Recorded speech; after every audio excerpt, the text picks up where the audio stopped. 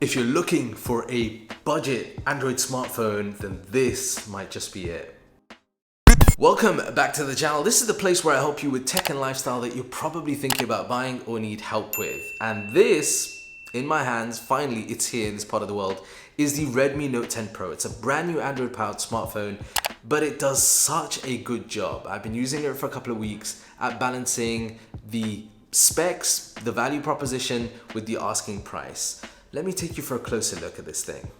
Check this out. I mean, you have to admit, it is a very good looking smartphone. For a budget smartphone, you wouldn't ever guess that that was the case because it looks and feels incredibly premium. All throughout, I think Xiaomi have done a very, very good job with this design, and this gradient bronze color certainly looks stunning in different lighting. Now down there at the bottom, you'll notice that you've got the speakers, the USB-C port, the microphone. On the right-hand side, you've got this button, which is the power on-off button, but it also doubles up as a fingerprint scanner, and then the volume rocker just above that. The left-hand side has a SIM tray, and then check this out at the top. You've got, in 2021, a 3.5mm headphone jack, which I know will make some of you incredibly happy. You've got the speakers and also an IR blaster as well at the top. Now on the back, you'll also notice that camera module, more on that in a moment in this video, but it does look incredibly sophisticated.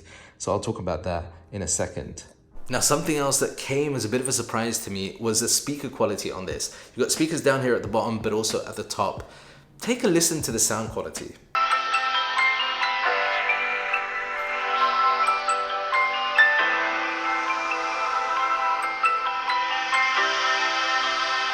Now on the front, you'll notice that beautiful 6.67-inch display. It is a vibrant and punchy display. It does have support for a higher refresh rate, 120 Hz. So that means swiping through, playing games, viewing media is all going to be quite smooth and fluid with that display. So performance-wise, this is powered by the Snapdragon 732G chipset. It is a decent chipset, and that's paired up with either a 6 or 8GB RAM variation. So on this that I've been using, I have 6GB of RAM with 128GB of storage, which is, fine, perfectly fine for day-to-day use, multitasking, even the gaming as well. Now, talking of gaming experience, what I found was the 732G is slightly optimized for gaming, and you'll notice when it comes to gaming, you have a decent experience on this device. Popular games like Fortnite certainly weren't able to push up the FPS to the full 60 frames, but there were other games like Asphalt 9 where that was much more optimized and I was getting a better gaming experience. The other thing is, with prolonged gaming, you will see the back of the smartphone heat up slightly, but again, nothing that discourages you from gaming on this device. So right out of the box, this is running Android 11 with MIUI 12 to be specific. This is essentially a skin on top of Android, and it's a bit of a mixed bag. Some people like it, some people don't. I don't mind it so much, and I particularly think that if you want customization, then that is certainly an option here with MIUI 12. Right guys, let's take a moment to talk about the battery life because I've been incredibly impressed. This sports a 5020 milliamp hour battery, and you'd never guess that if you're looking at this. Not only is it light, but also it's thin. So the fact that you have that larger battery in there is actually a real good bonus. What is also interesting is on the software front, what Xiaomi have done is, even if you're using, in my experience, 60 Hz or 120 Hz, there isn't a major negative effect on the battery life. So you will notice that it's better to stick with 60 Hz if battery life is crucial for you. But even at 120 Hz, I still found the battery life to be very, very good. And, bear in mind, social media, multimedia, I've been using this thing quite heavy. What is also interesting is in the box, you're going to get a 33 watt fast charger. So that's going to be 0 to about 50 to 55% in 30 minutes, which is again pretty good. But there is no wireless charging or reverse wireless charging with this. Now let's take a moment to talk about the camera on the back. So this comprises of a quad camera, which is made up of a 108 megapixel f1.9 paired up with an 8 megapixel f2.2 for the ultra wide, 5 megapixel f2.4 for the macro, and then a 2 megapixel f2.4 for the depth. On the front, you get a 16 megapixel selfie shooter with an aperture of f2.5. Camera performance on the Redmi Note 10 Pro is again pretty solid at this price point. The main camera outputs 12 megapixel photos by default, but there is the option to take images with the 108 megapixel sensor with lots of details. Now with the main camera, there's also good details with low noise, and it's close to natural colors. The dynamic range is decent too. I did notice a difference, however, between the ultra-wide and the main camera, with the ultra-wide being a little softer with images.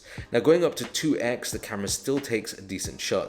This has zoom up to 10x, but it's done digitally, so there's noticeable noise and distortion here. I notice really anything after about 5x becomes hard to use, but this is there if you need it. Now the telemacro camera on this is interesting, and I've tested telemacro lenses on a few recent smartphones, and this really does a better job, particularly with the AF feature in this. There's sufficient details, the accuracy of colors, as you can see from some of these examples. And then portrait shots are good too, with the subject and background being reasonably separated in shots. Now in low light images with night mode, you'll see that there are highlights that are more detailed, and it does reduce the noise when you compare it with non-night mode shots, so something to test out. On the front, you've got a 16 megapixel f2.5 selfie camera that takes some decent selfies. You can bump up the vibrancy and colors in post editing directly on the phone. So this is a quick test of video on the Redmi Note 10 Pro, 4K 30 frames per second. Unfortunately, it doesn't film in 60 frames per second. The other thing is by default, steady video is turned off. Let me show you what that looks like with steady video turned on. So this is with steady video turned on, and you'll notice that there should be an improvement now, particularly as I walk around and pan around as well. Let me know in the comment section down below what you think of the video, but also the audio quality. In low light video, you'll notice the ultra wide struggles to light up enough and show the details that you would expect. The main camera does a much better job with both noise reduction and details. So, in conclusion, the Redmi Note 10 Pro is what Redmi does very well, packing those incredible specs at very, very competitive pricing.